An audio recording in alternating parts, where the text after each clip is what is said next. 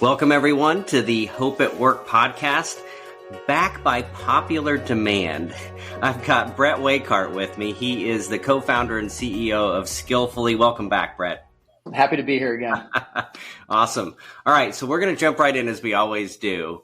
And what I want to talk about today, Brett, is what I think is the most valuable commodity on the planet. And it's not a rare earth metal, it's not water, it's not gold.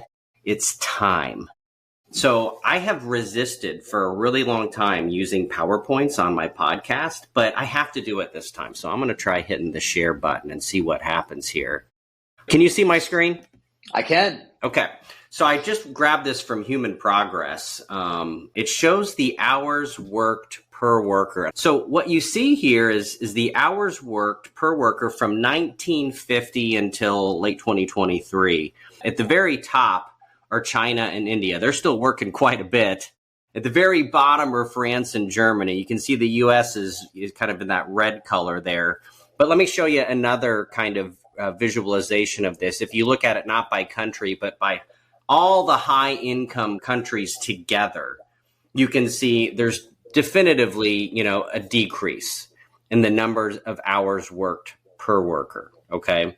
So nice visualization there. So let me ask you this, Brett. So I asked ChatGPT, which has become my most valuable coworker, the question of what's the number one job in the world? Like, in terms of like just sheer volume, there are more people doing this job than any other. Any idea what it said?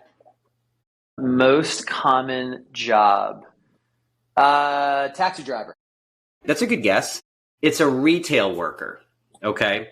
So there's apparently more retail workers than anyone else. It's probably, debatable in terms of the actual numbers, but I think we would all agree this is a very common job across all societies. Okay. So follow me down this path, Brett. So today, a typical retail worker, I tried to summarize the major kind of tasks. I like how you always talk about that new technology is going to disrupt at the task level, not the title level. So the tasks associated with a retail worker are these things: customer service, they take payments, they manage inventory, and they do operations and maintenance. Now, when you layer on top of this retail worker some of these new technologies, automation, generative AI, what will happen is there's going to be more self-checkout. I think most of us are already experiencing that at the store. I almost prefer it now. There's a lot more automation around inventory tracking and alerting people to, hey, we're getting low on something.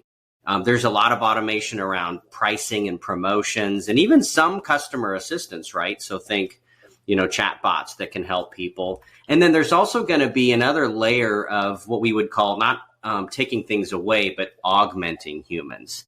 So giving them data, proactively nudging them with things, helping with loss prevention, freeing them up to handle more complicated customer interactions. And then it can help with some merchandising and product placement too. So what my point of all of this, again, I'm using this because I'm a visual person, Brett. So here's the time we spend in this role. And then over time, you can see we won't probably have to spend as much time because we're going to have the opportunity to automate a lot of these things. And then over even more time, my goodness, we're spending even less time getting the same, if not more, done.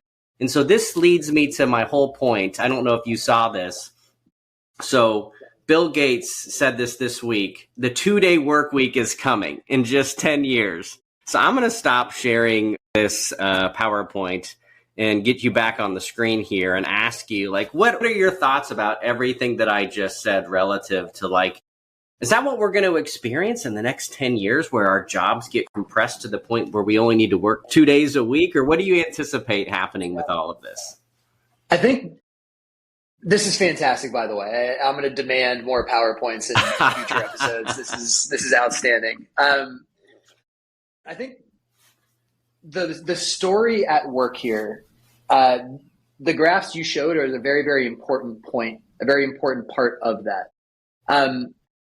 When we think about the role of AI in the current world, if we think about the role of technology in general as a tool that augments human ability, whether it's a computer, whether it's a hammer, whether it's a piece of software. The goal is always to say that your productivity, your output as an individual worker should be greater thanks to the effect of whatever that tool is that you are using. This is kind of what's defined us as a species and all of history of our use of tools.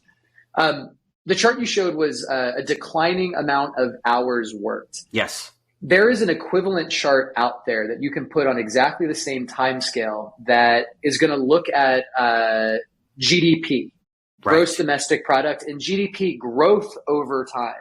What you will see if you were to overlay that on the same hours worked graph is if hours worked is moving down and to the right over time, fewer hours worked just in the aggregate. What the GDP growth globally is going to show you is an unbroken, unmitigated march up into the right. So while we have been working less hours as a workforce in general in a given year, we have also been more productive over that time. So what's the variable in the middle? What is the relationship between those two factors? If time worked is going down, but total output is going up, then it's really that factor of output per hour, output per unit of time.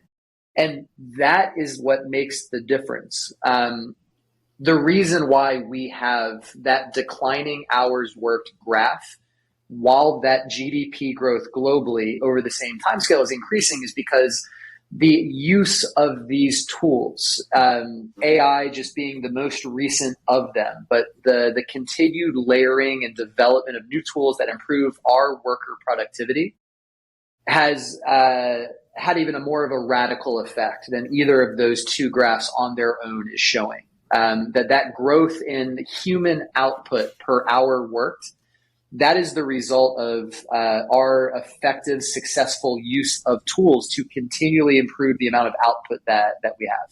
Right. So that's the important point to acknowledge, that there is an equation there. Hours worked per efficiency or times efficiency per hour equals GDP growth or output growth over time. I think that's exactly the right dynamic to put our finger on. So fantastic. I'm really glad we're talking about this. Well, now we get into a world thinking about, well, what is the objective function that we are looking to optimize? What is the goal that we want as a human society, as a species to move towards? Do we want to say, okay, hey, this level of GDP growth is fantastic. We're good right here. Like, we don't need any more than what we have. Let's just lock us in. Let's think, hey, quality of life globally, which is really a reflection of just global productivity. But that's the abundance of, do you have enough food to eat? Are you, do you earn enough income to pay for the basic necessities for yourself, for your family? Listen, we are, historically speaking, at an unparalleled period of just average wealth.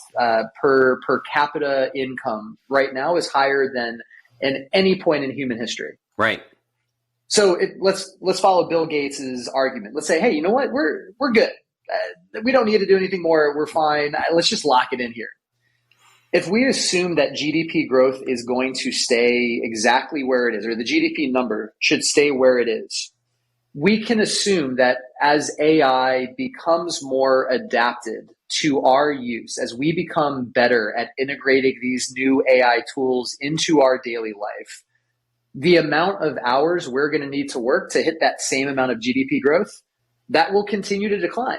Mm-hmm. In that happy world where we've said, cool, we're going to freeze per capita income.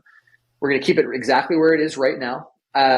We're going to continue the implementation. The march of technology will continue forward no matter what you and I say in this podcast, no matter what Bill Gates thinks. I don't think he's arguing against it. I think he's leading that march. Mm-hmm. Then that's going to result in our ability to say, oh, well, if I'm producing more output per hour in a week than what I used to do in a 40-hour week, I can do in a 10-hour week. Mm-hmm. There's the happy math where everything squares, we've carried the one correctly and everything works out. That's the world, I think, where we end up with more hours in the day, more days in the week to spend on our own time. Now, let's hold aside, that's a mighty big assumption we made, that we as a human race, we're good with the GDP we're at right now. Yeah. I think we can poke at that one a little bit harder, but I think those are really the mechanics that are at work in what Bill Gates is saying there. Gotcha. So then the alternative would be, I assume, from your point of view, what if we decide to keep our foot on the gas and we decide maybe we don't want to diminish the amount of time or effort that we put in at work, and we just want to make that GDP continue to go up and to the right? If we go down that path, then what are the implications there from your point of view? Okay, so this is another interesting conversation, right? Where let's talk about what this means. So let's say that we are not optimizing for the least number of hours worked in a week. The function that we are trying to optimize, the goal that we're moving towards, is not to say, hey, we're going to keep GDP constant and then lower the hours so that we can spend those painting, writing poetry, spending time with friends, all of these non-commercial ways of finding fulfillment. Okay, if that's not the world that we live in, and we say, well, let's use these tools to continue the millennia-old pursuit of financial well-being, of success, of rewards, of an increasingly comfortable life from what we had before, then we get into a really kind of interesting debate here about, well, what is the true benefits, or what are the true effects, the impacts of continued adoption of technology?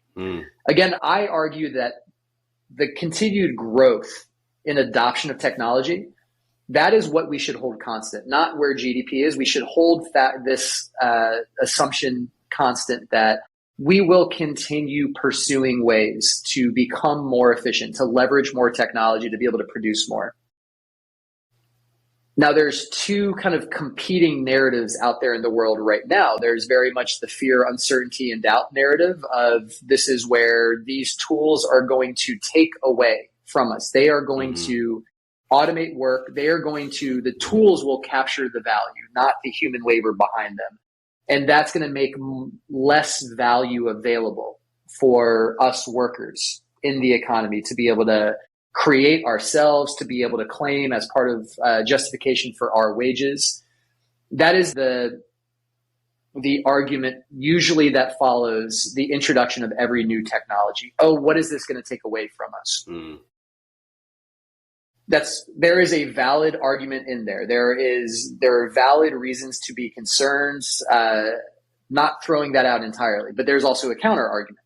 There's the counter argument to say, well, when those tools come in and automate away some portion of your tasks in your job, some portion of the work that you would otherwise do, well, you have the ability to repurpose that time feasibly to higher order, higher value activities.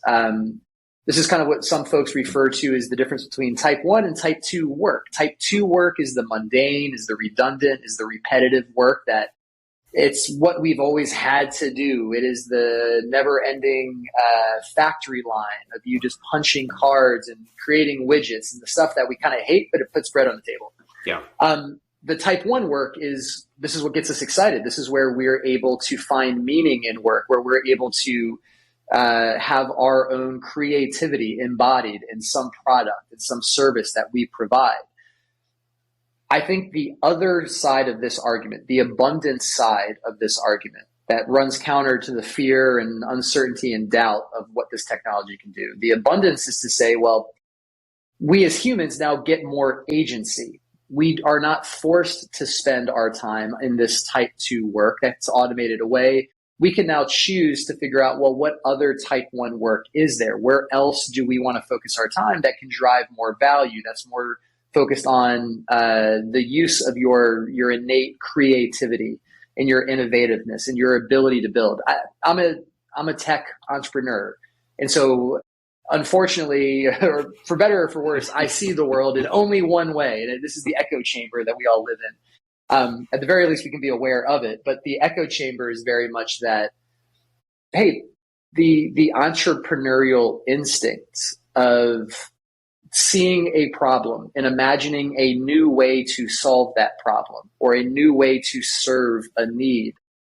That is a fundamental human instinct that we all share.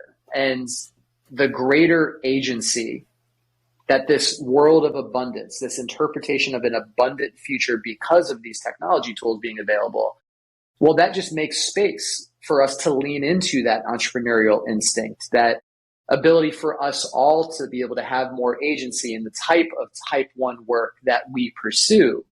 And in that world, that's where more time spent on type 1 work as opposed to type 2 work creates an exponential explosion of new GDP value that's being created. That is this world of greater output, greater abundance. But that also means that you're not sitting back. I don't sit back and think about how can I trim my work week to 10 or 15 hours. I work quite a bit more than that. I know you do as well. In that world, we're not necessarily all sitting in the park writing poetry with our spare time. But we do have far more time that we have agency over how we use. And that gives us the opportunity to drive more output, drive more wealth. And that is kind of the rising tide lifts all ships of the global economy. But those are very much the two interpretations of what that can look like. I like that. You said it really well. I'm quite impressed. So, and we've oversimplified it, admittedly, to this direction is, hey, we all work a lot less and we become painters and poets. And this direction is we keep doing what we're doing, but the work that we do changes from type 2 to type 1 and it becomes more meaningful and enjoyable. And because it's more meaningful and enjoyable, I would argue we will probably exponentially grow in productivity just for that reason. But either way, this is what I love thinking about. This is why this is called the Hope at Work podcast, Brett, because when I look at the future, I am hopeful about how it's going to change for all of us. So it'll be interesting to see what happens. Obviously, none of us can predict the future, but you saw already, again, you saw the chart that I showed where the actual number of hours, they haven't changed dramatically, you noticed, right? It was a relatively small decline in the number of hours. It's a steady decline, though. But it's steady. I don't want to underestimate that. That consistency is meaningful. That is statistically significant over time. That's not a random walk on down Wall Street. That is a consistent pattern that is as clear as day when you look at that data. So maybe it might be small year on year, but that compounds. Generationally, that's a huge difference. I think so too. And people who know me know I've been an advocate and a proponent for this concept of the 4-day week for quite some time, right? And it's gained in prominence and popularity in the last couple of years. But I think that makes the most sense. But if you think about it, again, if we're talking about that relatively gradual decline, the 40-hour 5-day work week, Brett, it's 100 years old, right? That's when it really started, was 100 years ago. By the way, have you and I talked about The 100-Year Life, the book? No. This is my love language. I love book recommendations. Okay, let me go there really quick since we're talking about a 100-year window. Again, 100 years ago is about the time when the 40-hour 5-day work week became the norm, okay? And it hasn't changed in 100 years. So there's this really cool book called The 100-Year Life. And the basic pretext is this. There's 3 stages to life, Brett: education, work, and retirement, okay? And what their hypothesis is that as the next generations come up, my kids, I got 2 kids that are 21 and 20, and they're probably going to live to be 100, okay? Because of, the next generation doesn't drink and they don't smoke and they just stay out of the sun and they're really careful and medicine's going to improve and we're going to have genomic, personalized medicine and they're going to live to 100. Let's assume that for a second. If that becomes really common, people living to 100, do those 3 stages still make sense, especially in the context of how dramatically and frequently the world changes around us? So think about that. Education is that first stage. That's not going to be good enough in the future where skills, what's the half-life of skills these days, Brett? Like 5 minutes, I learned how to do this and now it's already obsolete. So the point is, you're going to see education get peppered back into that 100-year life over and over for you to stay relevant if you're working or you want skills to do something else in your life. And then financially, if we're going to live to 100, we're going to need more money. So we're probably going to have to work later on into life too. It's funny, there was this one section of the book that got me thinking, and I grabbed my wife and I said, okay, you've heard of a gap year, right? And she's like, yeah, like kids coming out of high school, I'm going to take a gap year. I said, well, I'm going to take a gap decade. And so I said, okay, what I'm going to do is when I turn 50, I'm going to stop working for 10 years. I'm going to explore the planet and we're going to do whatever I want and we're going to go everywhere. And then at 60, I'll start working again till 80 and we'll have enough money for retirement. And she immediately was like, yeah, I don't think so. So it's still a pipe dream at the moment. But the whole point of it is, again, just completely rethinking those 3 stages in life aren't good enough. There's probably going to be new stages. They're going to be resequenced. We're going to repeat them. So I'm just curious to hear your reaction to all of that. Like, I assume that these are concepts that you're somewhat familiar with and have an opinion on. Looking for the inside scoop on payroll? Whether you're a payroll pro or just curious about your paycheck, we've got 2 podcasts you cannot miss. It's About Payroll delivers the latest trends for payroll pros, and It's About Your Paycheck is here for employees, breaking down pay and rights in simple terms. 2 great shows, 2 great hosts, and endless insights to keep you informed and empowered. Subscribe now and elevate your payroll knowledge. Brought to you by Work Defined, where payroll meets people. Yeah, for sure. This is, I think, a generational question that'll define that very healthy, very vice-free generation that you just described. God bless them. They might save the world. I have every hope. I think there's a lot of really interesting questions to unpack in what you were just kind of summarizing there. I think the feedback loop between what the marketplace of commerce demands and what the labor market can supply needs to be far tighter of a feedback loop than it is today. And let me explain that. So To your point, you talked about the half-life of skills. The nature of how we do work, the function of how work gets done has never been changing with such a rapid iteration as it is today. To your point, right. Like that's exactly the case. The way that a bank teller does their job today versus how they did it 20 years ago has probably changed several different times over the course of the adoption of ATMs. And then that has meant that their work focus has shifted, the way they deal with customers, the systems they use. Every single time that changes, that requires some form of re-education. Upskilling has been the term du jour for quite some time. The way you describe it as those different phases of life, you have youth, you have your education, and then you have that period of life where you go out into the world and do your job and work, and you have your career. Those being very neatly segmented eras of your life as an individual, as you go from a young person to an adult, that does not work anymore. And in this new future of work that we're talking about. Yeah. And so we could have seasons upon seasons of this podcast talking about how the world of education and higher education is going to need to change. Mm-hmm. I think we're seeing a lot of this. I think we see this today where the amount of just student hours being spent in postgraduate education of any sort. And I'm not saying you need to get a master's degree, but going back to school to learn a new skill, to learn a new tool, a new task. I think we've seen that just go steadily up and to the right. And you're seeing more and more programs offering non-degree offerings focused on very kind of micro skills, micro offerings. That is the market answering this need of needing that tighter feedback loop.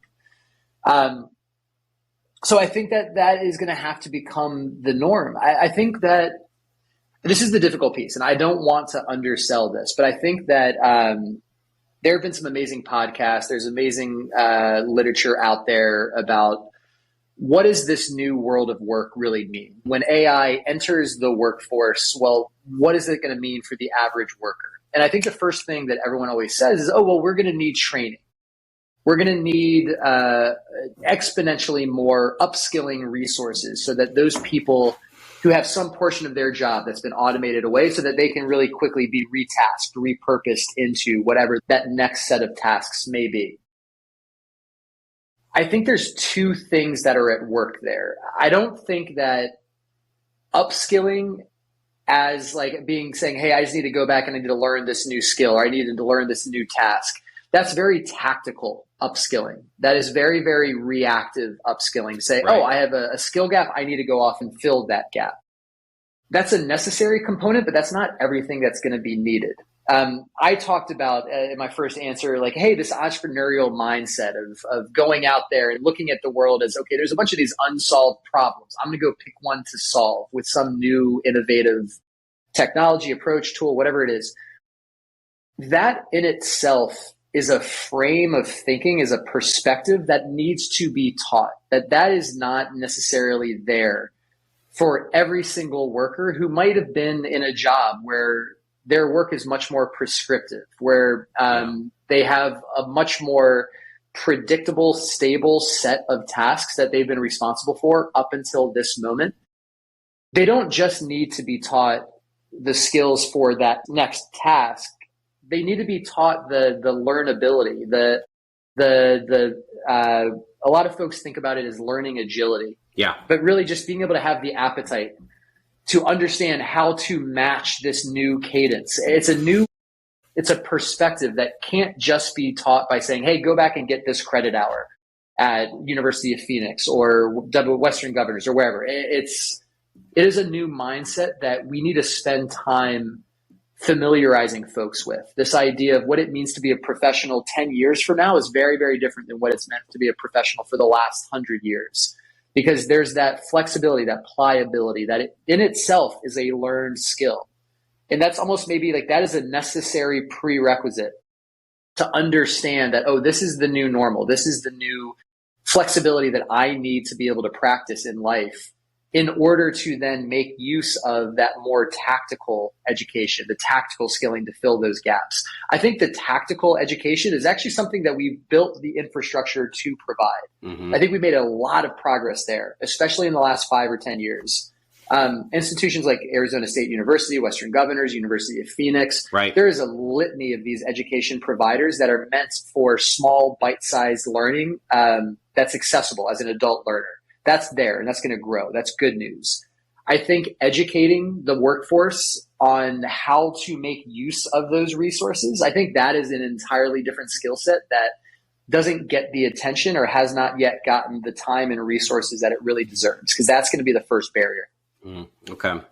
So you said a couple things in there I want to touch on, and then I want to throw a curveball at you if I could. Oh boy. So I totally agree with you. It feels like there's almost an overstatement of the importance of skills. We talk about upskilling and reskilling, and it's not just about skills, because we can hire people that have transferable skills, more human skills, think problem solving, communication, empathy, things that translate over time. But I don't think that's enough. And what I heard you say is you've got to bring people in that have this growth mindset, that acknowledge they're going to have to change. That's what I should have said. That is exactly the thing to put the finger on. Exactly. Yeah. Right. I remember when my kids were telling me they were studying closed mindsets versus growth mindsets in school. And I was like, that's good. I'm glad they're talking about that. So here's the curveball. I'm curious to know your point of view. Since what you do is you're using artificial intelligence to ensure that you're not asking people to describe what they're capable of doing on a resume. You're asking them to demonstrate it, that they can do this job. But if all these jobs are going to change and the skills that are needed for those jobs are going to change, how do you hire people based on the promise that they possess, their potential for the future? I mean, I don't know. I don't know how we do that. But, one of the things we do, I work for a technology company. We have a behavioral assessment. We've assessed 200 million people. So we think behavioral characteristics are important in identifying the promise that people possess. That's one avenue. It's certainly not the only answer. But how will you evolve over time, and how will technology enable us to maybe tease out whether or not somebody possesses the promise to be incredibly successful, not just in the job that you're bringing them in for today, but in the long term? Such a good question. The first thing to acknowledge is that we as people, you and I, the average worker in the workforce, or the average student thinking about joining the workforce, to a person, we as humans are chronically bad at self-identifying our own skills. But this is where things like imposter syndrome come in. Oh, yeah. Where I have that big time. So do I. Exactly. Every day.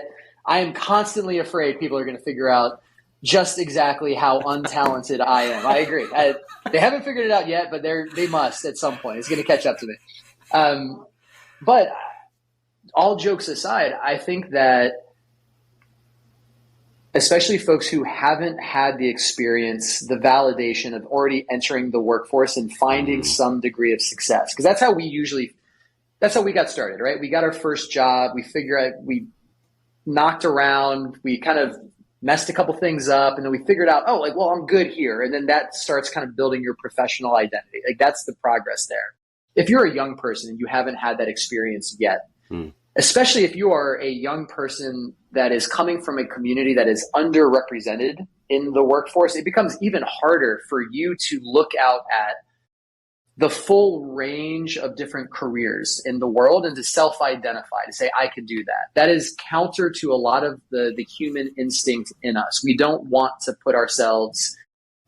expose ourselves for being potentially unqualified or unskilled. And so it's safer to stay in a smaller circle and to envision ourselves in a smaller set of roles.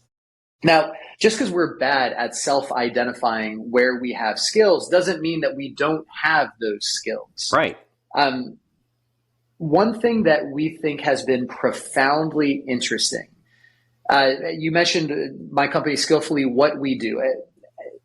Functionally, what we're doing is we are creating a digital twin of any job that you might be applying to. And instead of submitting a resume to get to that job, we ask you to step into that digital twin, that simulated version of the job you're applying to, and just start doing the job. Just try it out.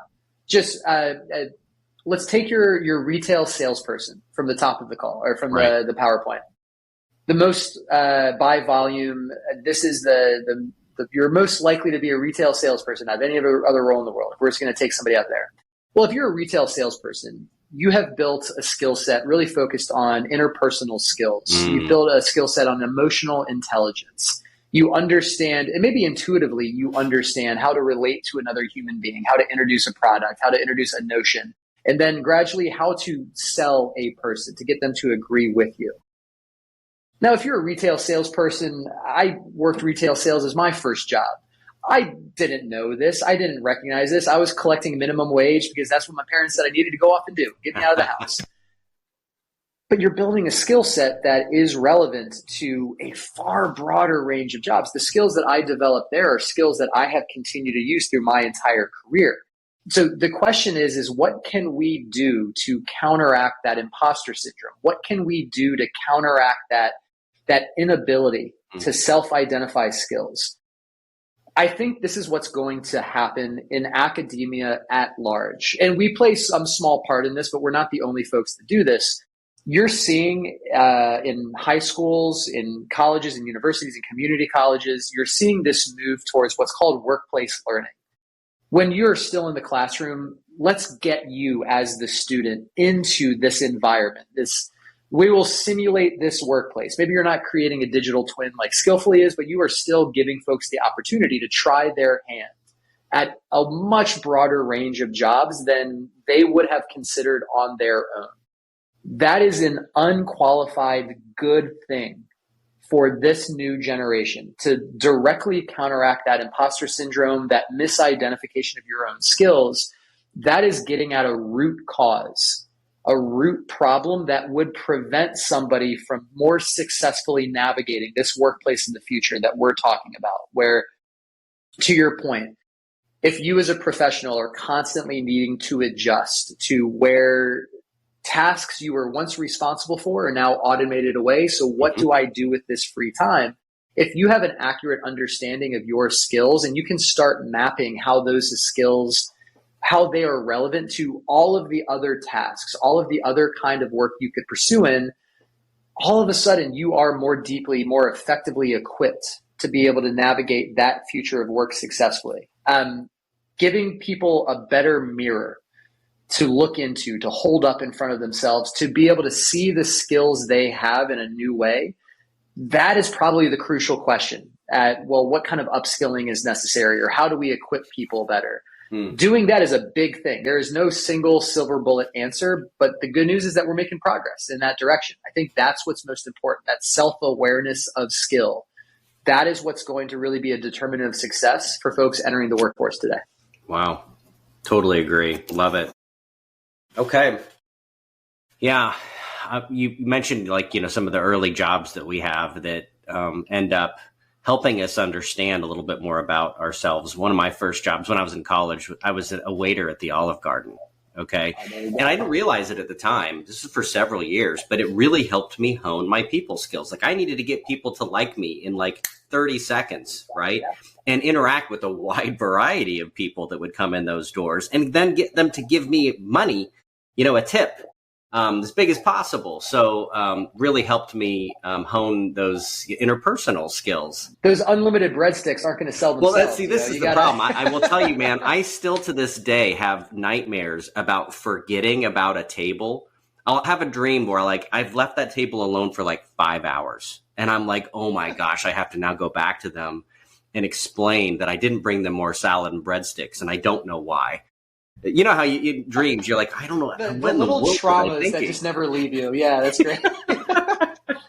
That's funny. I tell you what, that's great. I really enjoyed the conversation. It'll be really interesting to see what the next couple of years bring, right? Will some of this technology immediately take root and change the amount of time we spend at work? Will it change the quality of time we spend at work? We'll see. Really appreciate you taking the time to join us today, Brett. Definitely want to have you back on the show. There's so much to talk about here, Marcus, and you just lightly touched on it, but some of the assessments that Infor, your company, also produces that around the kind of behavioral characteristics, your skills, your strengths, I think that is kind of the starting point for this learning that needs to happen. And we can save it for a future episode maybe, but I'd love to hear more about how you're making that a bit more democratized, a bit more universally available. I think that's incredible work and just value that you and your company are providing. But I think this is hitting on really one of the most important questions of our time. How can we take this entire generation of workers globally, folks who are thinking about how they can take their own skills, their time, the most precious resource that they have, that we all have, how can we take that time and turn that into the output, the value that puts food on your table, that pays for your kids' education, that helps you build a life in this new world? I think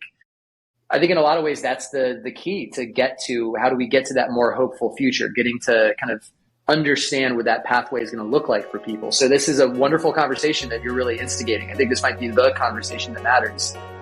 So hey, listen, as long as you'll have me, I'm happy to ride along for this, but thank you for making space for this conversation. Just super excited to be part of it. Yeah, I couldn't have said it better myself. And there's definitely no shortage of things for us to talk about. So looking forward to continuing the conversation, Brett. Thanks so much, Marcus. I appreciate it. You bet.